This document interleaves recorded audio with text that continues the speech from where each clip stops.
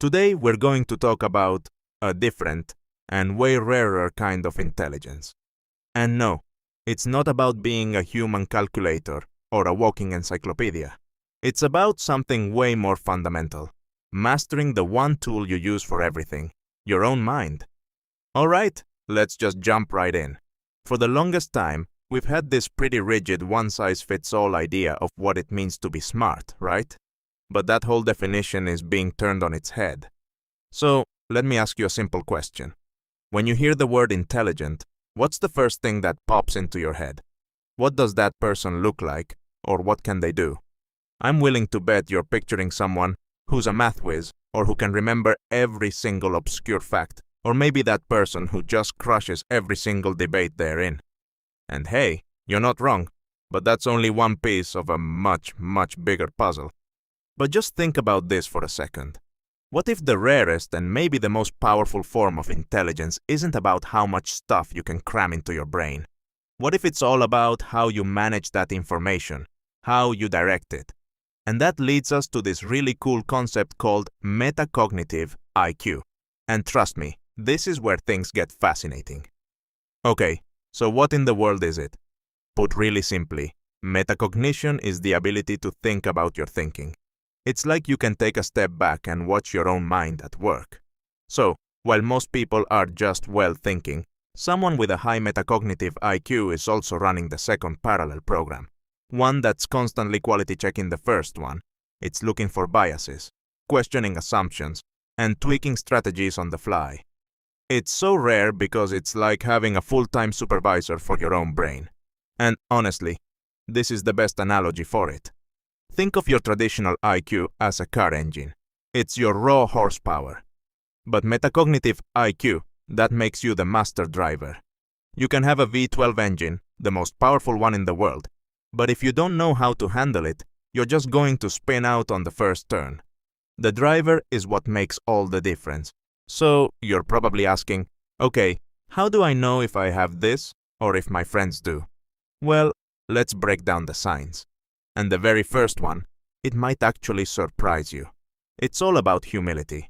This is all about being genuinely truly comfortable with three little words. I don't know. It's this active ongoing understanding that you don't have all the answers.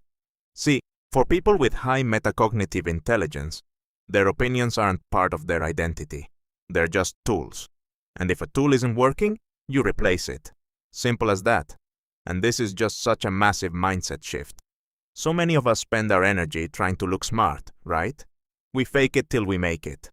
But someone with metacognitive intelligence doesn't play that game. They're willing to admit what they don't know so they can actually learn it. Their goal is to be accurate, not to protect their ego. They'd rather find the truth than just win the argument. Okay, so that humility is the foundation, and building right on top of it are the next two signs. And these are all about what's happening on the inside. Your ability to hit the pause button and analyze your thoughts and feelings as they're happening. Yeah, and these two things go hand in hand. First, you pause before you talk. And in that pause, you analyze what you're actually feeling. They might seem like tiny habits, but they are giant billboards for a mind that's watching itself work. Have you ever been talking to someone who's just incredibly sharp? And when you ask them a really tough question, they just stop for a second. That silence isn't them being slow or unsure. Oh no, that's the sound of precision.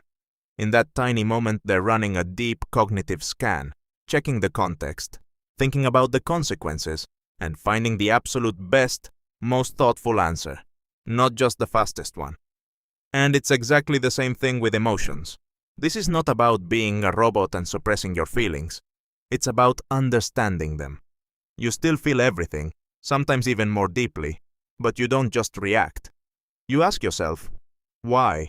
Why am I getting defensive about this? What's really going on here? This lets you stay clear-headed when the pressure is on, which is an absolute superpower, because our brains are hardwired to just react. Now, for our last two signs, and these are all about how that inner mastery actually shows up in the real world, in the way you communicate with people, and how you handle your own beliefs.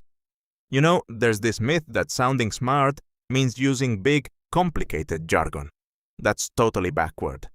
The real sign of deep intelligence is being able to take a huge, messy, complex subject and boil it down to its simple, elegant core without losing what makes it important. It shows you haven't just memorized the information, you truly understand it.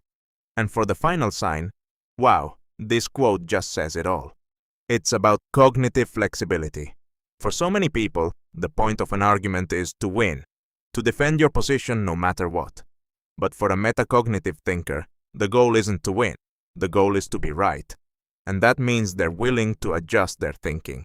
They see being wrong not as a personal failure, but as a fantastic opportunity to upgrade their beliefs and get closer to the truth. How rare is that?